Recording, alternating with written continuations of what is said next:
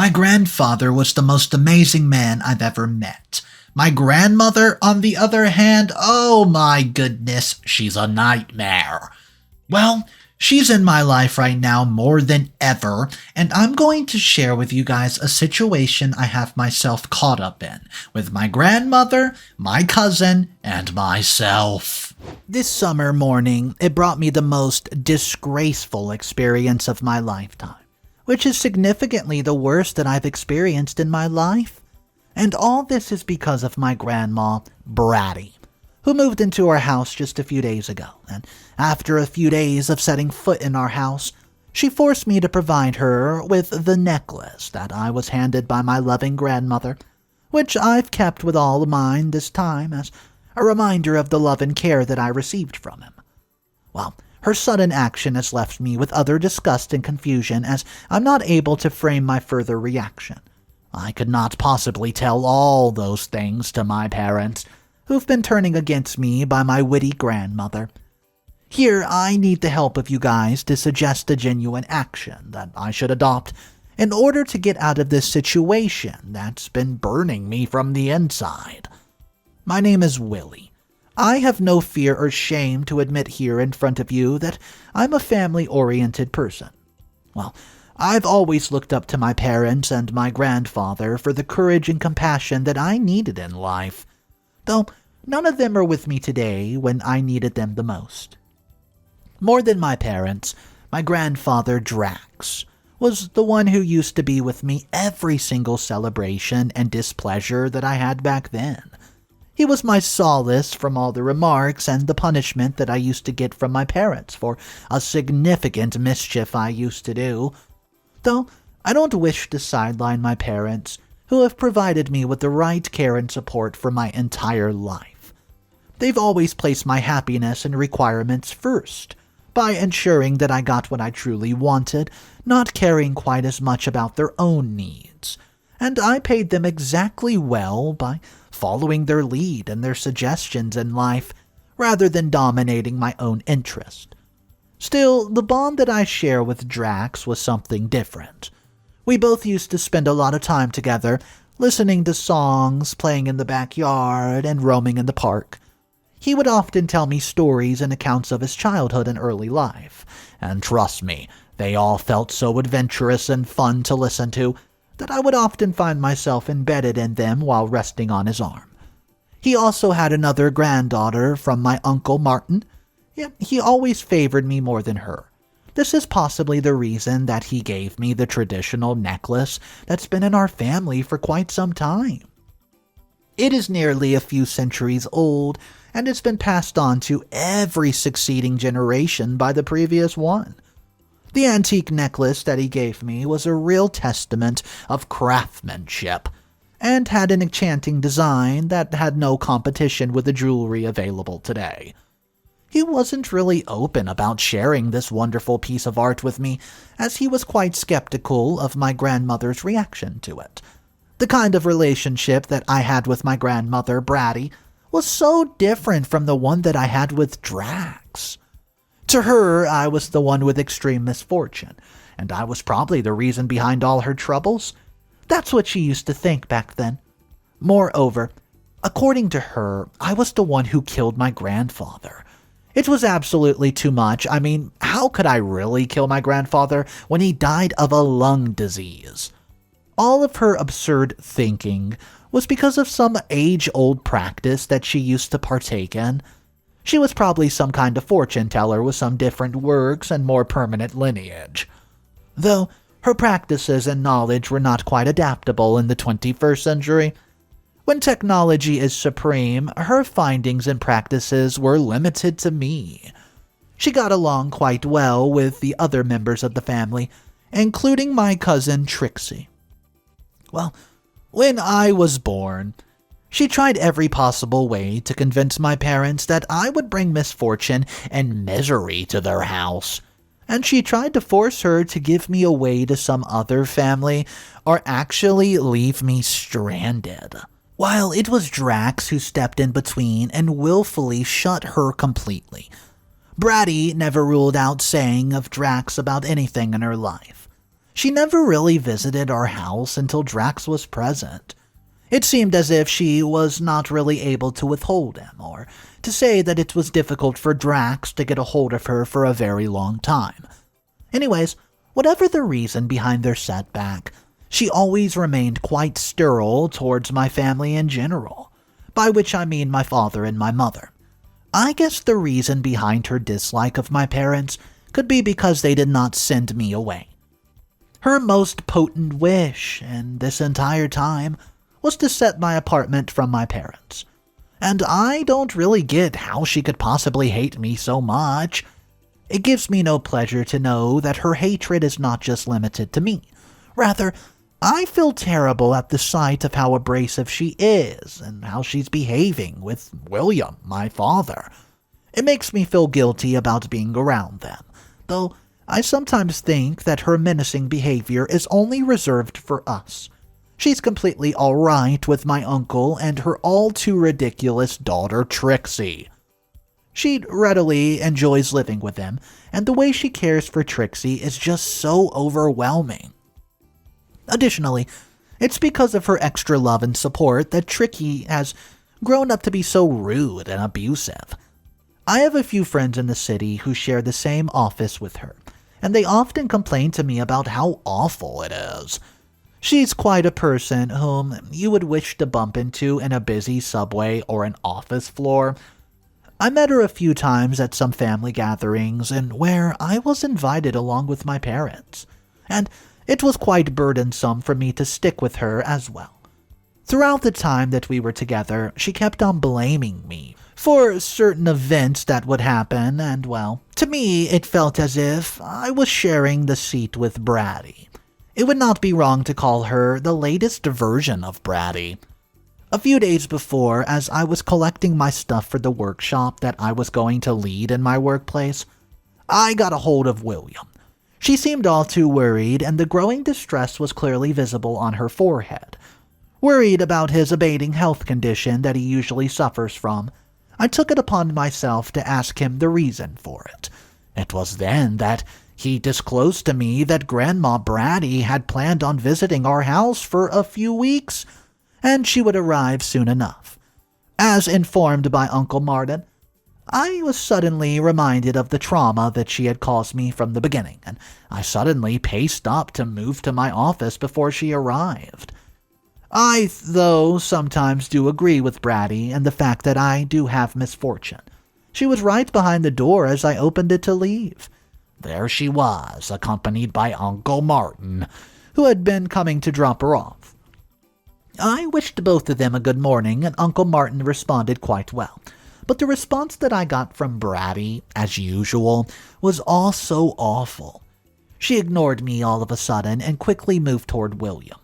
I was getting late for work and had really no time for the recurring drama that seemed to unfold. I was quite skeptical of her return to our house, as I knew that she really did not like living with us. Moreover, her demeaning and ridiculous remarks are taken quite well by my mom, Eliza, who has grown up with this intrepid attitude towards Bratty in the past few years. And I really think that is all too justified for her absurd thoughts and actions. Additionally, William did not entertain her senseless vocations anymore. Her thoughts of framing my parents against me do not have any effect on them. There might have been something that caused her to return, and I could not possibly get my head off her. I was getting back from the party that was hosted by the company with my loving boyfriend, who works with me in my office. I got a hold of Bratty, peeking through the window of her room that was in front of the road. It had been about 9 months of dating, and we two were quite serious about it. Though I have not told my parents about our surreal relationship, it wasn't that I was refraining from doing so. It's just that we haven't really figured out what we're up to. I was going to tell them about it, though I was backed down by the abating health of William that had persisted for some weeks. I was tired of the party and wanted to head back to my room for a quick nap. I was broken in half by Bratty. At first, I suspected it to be some of her ruthless, baseless remarks that she made about me. This time her attitude was quite different from the one that she carried with her often. She now seemed all captive and attentive toward my parents, and asked me in a rather absurd manner where I had been all this time. My parents did not quite seem to underestimate and undermine my question, as they were familiar with my parties and other similar stuff. So I responded with the exact thing that my grandma was as well. It was then that she disclosed the news of me getting along with some guy in the car. I had not expected this from her. I mean, I saw her down there staring at us from the window, though we were just saying goodbye, nothing else. More precisely, we were not really involved in any sort of stuff that Bratty claimed to have witnessed. She told my parents that I was present in such an inappropriate position that it made her feel so ashamed, and that I was lowering the image of my family in front of our neighbors. This time her words seemed to have some effect on my parents, who were willing to trust her this time, all because of her deceiving demeanor. Needless to say, my parents were taken aback by the fact that I was getting involved with some guy who they didn't know about. I've always kept the details of my love life quite clear with them. This was really hard for them to take, and their reaction was truly justified. It was, made much worse by Bratty, who willfully added other intimate stuff to it, making me sound all creepy. It was a victory for my grandma, who was successfully turning my parents against me. I tried to explain to them that I was going to tell them all about it, but I was not able to, and that I was just bidding them goodbye, that's all. Though my words had no effect on them, they were determined to frame their minds against me. And how can I possibly blame them for it when I gave Bratty a clear chance in this? My parents remained distant from me for some days, and it even hurt me to think that I had abused the love that they both bestowed on me. The situation was made worse by my grandmother, who was constantly framing their minds against me, and there was no denying the fact that it was all because of her very presence that such things have unfolded in our house. I was also growing skeptical of the sudden change in her demeanor that made her sound genuine and truthful to my parents. One day, as I was resting on my bed, I was called to the hall by my father, William. He sounded so enraged and concerned that I quickly headed towards him. To me, it occurred for a second that they had really forgiven me for the mistake, though her manner quite ruled out that possibility quickly. There were a number of thoughts bouncing around in my head that made me worry about it. I found Bratty standing beside my father as I reached downstairs. I was intrigued by my father, who asked me if I had been involved in drinking and smoking for quite some time. It blew me away that I had these questions from William. I had no clue that he was talking about, so I responded to him immediately by saying that I have never in my life taken a drink or smoked. I was broken in between by my grandma, who held some buds in her hand and pointed them towards me and asked me, "Then what were these buds doing in your room?" I had no clue what she was referring to, so I remained quite numb.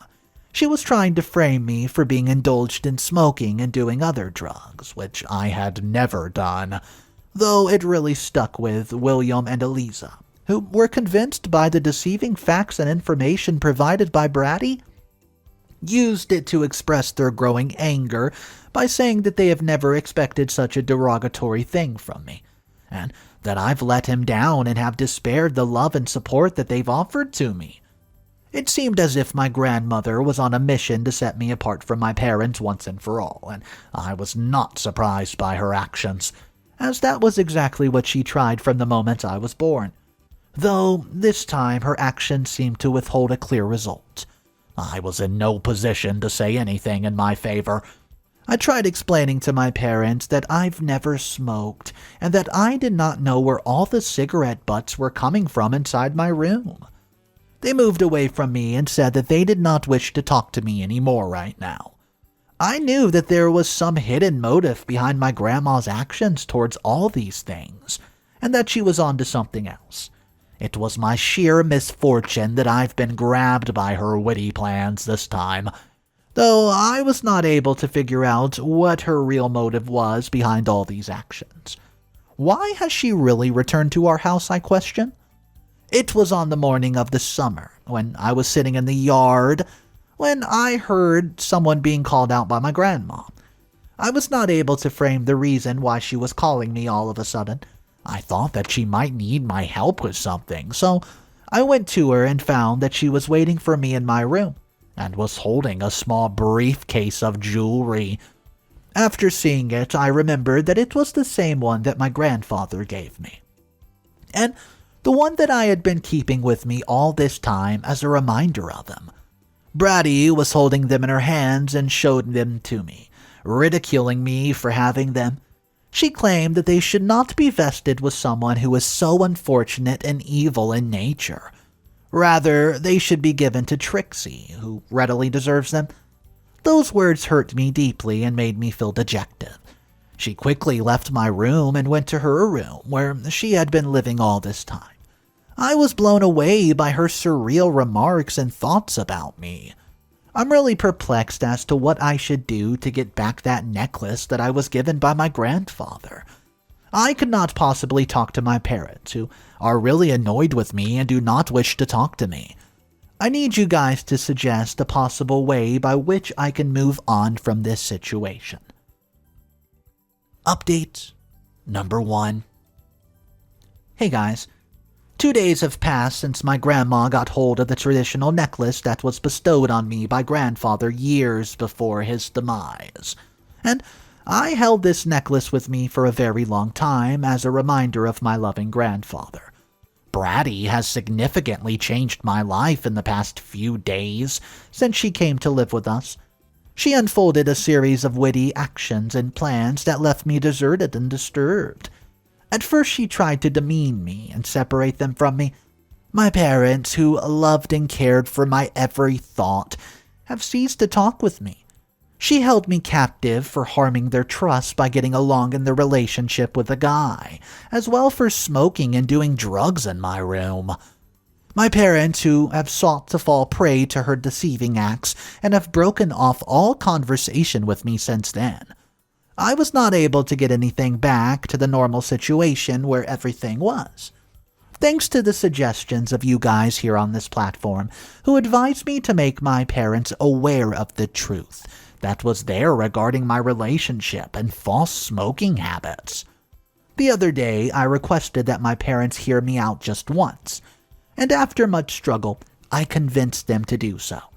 I sat them down and told them everything from the beginning about my relationship stuff, and even made them talk with my boyfriend, who too assured them that we had not had an intimate relationship with each other till then, and we were just dating each other to get to know one another very well. After I gained their confidence in the relationship thing, I told them about the smoking stuff that was all made up by Bratty. They were quite convinced of me, as I told them that I never really touched smoking in my entire life, and I have no interest in smoking or doing drugs at all. They too were skeptical of Bratty from the beginning, but were carried on by my relationship thing, which was hard for them to take. Though they came to believe me after I cleared all those things. It wasn't really as huge as it seemed before, and after all, they were my parents, and they were going to believe me one way or the other. It was when I told them about the necklace that Bratty had withdrawn from me. They got really tense, and straight ahead they moved with me to her room. William confronted Bratty about the necklace. She was resting on the sofa when we approached her. She seemed to be enjoying herself quite well, and why wouldn't she do that after gaining what she really wanted? Hearing of the necklace, she began fooling my parents with another fictional tale of her own. She told my mother that I threw away the necklace in anger, and even abused her so badly that she could not gather herself. William took no time in recognizing her real colors, and asked her to give me the necklace back right away. She suddenly changed her demeanor to her natural one. I said in a rather unpleasant manner that she was going to give that necklace to the one person who actually deserved it, and it was none other than Trixcy. She was determined to carry that necklace with her to my uncle's house, so William stopped me from pressing any further, as he did not want to trouble Bratty. He asked me to just forget about the necklace stuff, and I did not force her as well, citing her condition. Though it really hurt me to lose the necklace that had been with me for oh so long. After the whole drama unfolded, William went to drop my grandma off at my uncle's house, and he expressed afterwards that he could not possibly express how happy Bratty was when she reached my uncle's house. I suspected it to be because of Trixcy, as I knew that it would have been her who would have forced Bratty to come out to our house and ask for the necklace. Though it wasn't really clear to me how she came to know about the necklace when it was only limited to me and Drax. Update number 2. Hey guys, 2 weeks ago, since it's passed, when my grandmother left our house and took with her traditional necklace that I received from Drax. It was quite difficult for me to let go of that necklace, which I've kept with me for years, and I still wonder if there could be any way which I could possibly get it back. I mean, come on. No one would say that it belongs to my treacherous cousin Trixcy for all her abusive and absurd habits. Only Bratty could possibly think of doing so. As she shares a different bond with her, it could be the same that I used to share with Drax many years ago. He was so caring and attentive towards me, and I spent most of my best moments with him. I still cherish those surreal moments while laying on my bed alone. The other day, as I was getting back from my office after a tiresome day, I stayed with my parents in the hall for some time to catch some air. We were talking about some random stuff and enjoying ourselves when my father's phone rang in between. It was my Uncle Martin. I noticed that the reaction of my father as he was on the cell phone call, his reaction felt as if it was some grave news waiting for us. It was then William told us that we came to know that it was Trixcy, who had been admitted to the hospital because of an overdose of drugs. And he was calling us to go to the hospital because he was not able to get a hold of the situation. We went there to find that she was critically ill from the drug overdose and was not getting any improvement in her health. Though the doctors were trying their best to get her out of danger, it was after they checked her room that they found that she's been doing drugs for a very long time, and all these things were known to Bratty, who actually supported keeping it a secret. Everyone there grew intolerant of Bratty, who was possibly destroyed the future of her granddaughter Trixcy. She was the one who readily supported all her habits and demands that led her to this point. Though I was not blaming Bratty for this, I knew that Trixcy was a spoiled girl. Moreover, if it was Trixcy who did all these things, then why should someone blame Bratty for Trixcy's misconduct? While I was waiting in their home with my mom and aunt, William was there with my Uncle Martin. After some hours of waiting, we get a call from William. He assured us that her health was improving further, and we thanked God for this and prayed to him to heal her quickly. I got a hold of Bratty in between, and she was assured of this news. Though there was something that was affecting her. I could sense the kind of discomfort in her eyes. She was readily worried about something, and that was troubling her from within. Moreover, she was not able to contact me in the eyes for whatever reason it may be. I guessed that it could be because of the necklace that she got from me. After that, we went to our house hoping for the best and waiting for the drama that was about to unfold. Update number 3. Hey guys. A week has passed since we got the news of Trixcy having an overdose, and we were equally shocked by the news of my uncle and aunt, who clearly had no idea that Trixcy was involved in drugs or other things, though they were quite familiar with her excessive partying. They had no clue about the drugs, though. With the unfolding events, everyone became skeptical of Bratty, who was a close ally of Trixcy in all her misdeeds. So there's no exception to the fact that she would have known about it from the beginning itself. though no one really had the courage to speak to her about the following things. While I was thinking of the pity feeling that I noticed in the eyes of my grandma, Bratty, it troubled me for days, as I somehow got to know that it had something to do with my necklace. The other thing that caught my attention was the fact that Trixcy got her hands on drugs when they were so expensive. Although I have not been into drugs, I still know they cost a lot of money. Trixcy got back from the hospital after 4 days, and she was doing quite well. Her health was getting back to normal. Still, there were various answers that we all needed from her. She was being protected by Bratty, who asked everyone to keep away from her as she needed a bit of rest. Uncle Martin tried a number of times to get a trace of drugs that she had gathered from some unknown place, and every time she fooled him by saying that it was some random guy who offered it to her unknowingly. But I knew that she had been into drugs for a very long time, and this matter was not going to end so easily, as it was a crime to do drugs in the States, and an investigation was on the way. After days of searching and investigating, the police got a hold of the drug dealer, who was supposed to have provided the drugs to Trixcy and all of her friends, and he confessed to supplying drugs to Trixcy a number of times. The police got a traditional necklace from him that he confessed to receiving for her in exchange for the money that she owed him. I quickly identified the necklace by just seeing it once in the hands of the investigator. Soon I told my father about it, who confronted the officer, and he promised to give it back once the trial was over. It seemed that my uncle and aunt had no clue about the necklace.